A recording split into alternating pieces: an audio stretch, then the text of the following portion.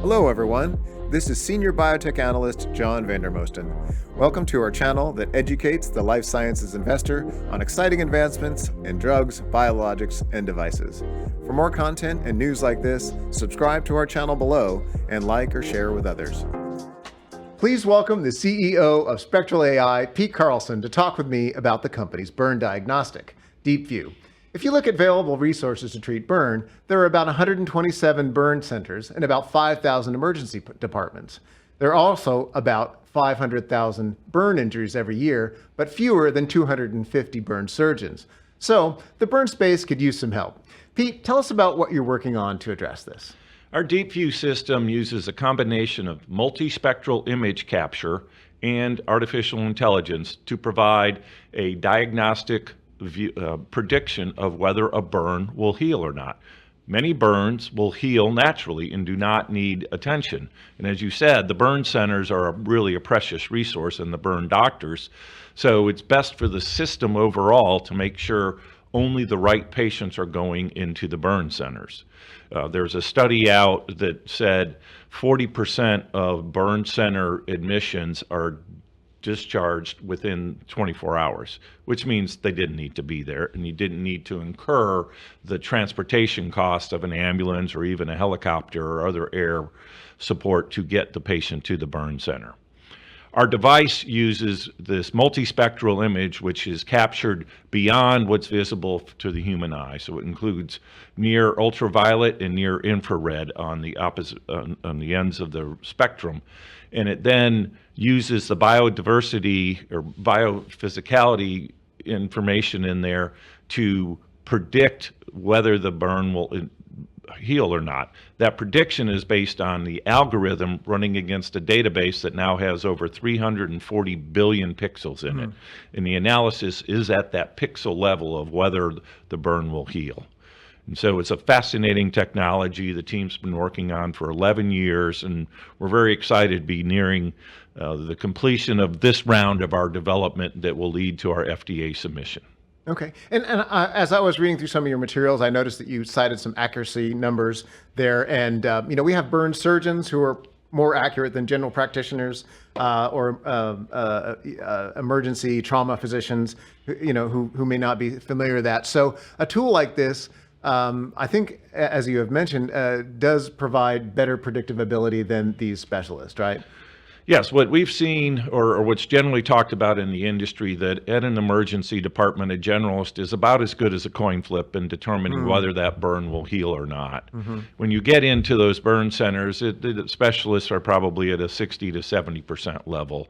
And we believe our device provides even more accurate prediction and instantaneous prediction. Burn surgeons will often wait 24 or 48 or 72 hours before making a final determination. And we think that our device will give them that extra comfort to make the decision really immediately, and enabling either the patient to go home and not have to incur 2 or 3 days of wait in a burn center facility, freeing up a bed, or get them right into surgery in the process that's needed. Okay. Yeah, it sounds like this might be really helpful in maybe some smaller areas that aren't served so well by medical professionals, like maybe rural areas or something like that. Yes, the device is, I like to say the device is most valuable away from specialists, and that's what we hear even from burn surgeons, is it allows their entire team to have their expertise. So it's not relying on just the 1 or 2 surgeons that are there at the burn center. Okay. So DeepView provides a binary output that's interpretable, but I imagine that the device is able to generate a spectrum of values. So first of all, why is it important to have a binary output? And then second of all, is it possible to potentially have a range of values so that a professional or a physician might be able to use that to treat it better? As we are developing the first commercial use of the device, we stuck with the binary will heal or will not heal outcome, and it's just the way to use the algorithm and get it going to start. We do think there are some opportunities to build on that, and one of the things the device does once the decision is made, it presents an image, and on the image is a color overlay of the part of the burn that is indicated as not healing. So Okay. the practitioner knows where to apply treatment, because part of the burn may heal. Are there opportunities to provide that more in a heat map version, multicolor? Right now it's a single color. And then we also want to get into talking about wound bed preparedness.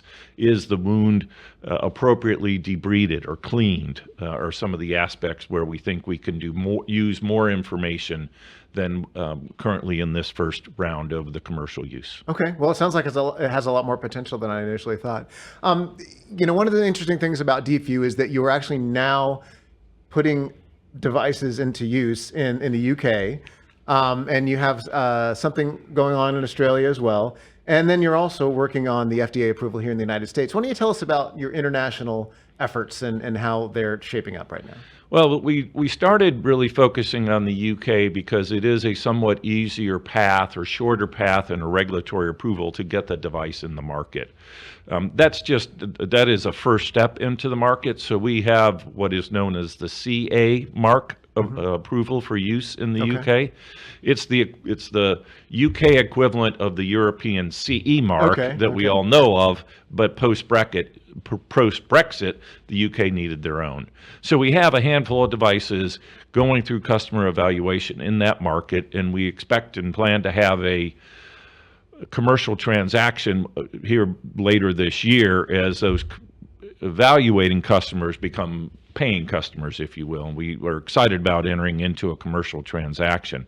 Again, it's not as big a market as the US, but it allows us to do some proof of concept work, get feedback from the users that can help us in this final development as we prepare for FDA submission here in the US and ultimate approval.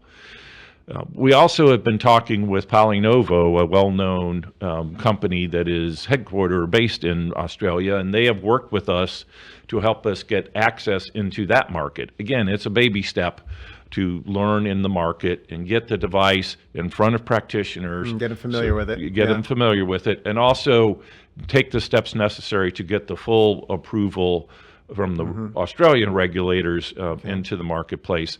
The UK and Australia burn community is closely aligned, and so we were just recently at an international burn conference in the UK where there were Australian practitioners there, and it really made it clear that this is a great linkage between the two, and the UK approval allows us some of that access already into the Australian market. Yes. Yeah. Okay. There's also some other there are also some other areas besides burn where DeepView could have an impact. Why don't you share some of those with us and where you think maybe some of the most promising areas could be? We think there is good opportunity for use in broader wound applications or indications, and we have done study work on diabetic foot ulcers. We have made good progress in gathering a lot of data on diabetic foot ulcers. We're now analyzing that data, assessing what the trial data shows us, and thinking about, is it a narrow scope of wound like a diabetic foot ulcer, or would it be a broader scope, again, of that wound bed preparedness that would be the way to talk about the indication and go to FDA approval? Once we have the device approved for burns, which is the de novo or new application, all of the future uses really should be able to be viewed as that would be viewed as a predicate, so it's a shorter approval process. Okay. So we're excited about being able to build on the momentum from this burn center indication. But that's what we talk about. We talk about wounds. Another one that's easily understood and an unfortunate medical situation is amputations. But the concept is, has the amputation work taken away enough of the non-viable skin? And so is the remaining skin also viable? You probably preserve more as well, maybe. Yes, right. They can. A practitioner could go slower and use the device to take an image, and then because it's a less than a second capture and less than a minute output, it could then take that minute, pause, and then the practitioner could go back and continue their work. Okay. Wanted to finish on a note just talking about where you are with your clinical trial and what the next steps are there. Sure. For the burn center or for the burn indication, we've split the trial into a burn center arm and an emergency department arm. We were always going to both of those, but the burn center enrollment has been very good, and emergency departments are a difficult place to have clinical trials going on. They're so focused on all the things going on. So we knew it was probably going to be a little bit longer there. So we've completed enrollment for the burn centers. The patients will complete the trial here in the next few weeks. Then we will work on analyzing that data while we're also finalizing development of the algorithm and the device for our actual approval or submission to the FDA for approval. And so we anticipate in the second quarter of 2025 submitting for that de novo approval with the FDA. And we think it's about a 9 to 12 month process for them to complete their review. And so we're excited about being able to get the device into the market commercially here in the US in 2026. Great. Well, thank you, Pete. Thank you. Again, we had the CEO of Spectral AI, Pete Carlson, with us in the studio. Thank you for joining us. Thank you for joining us. To hear more, follow us on Twitter at VanJohn10 and Instagram, and our channel, Unboxing Biotech.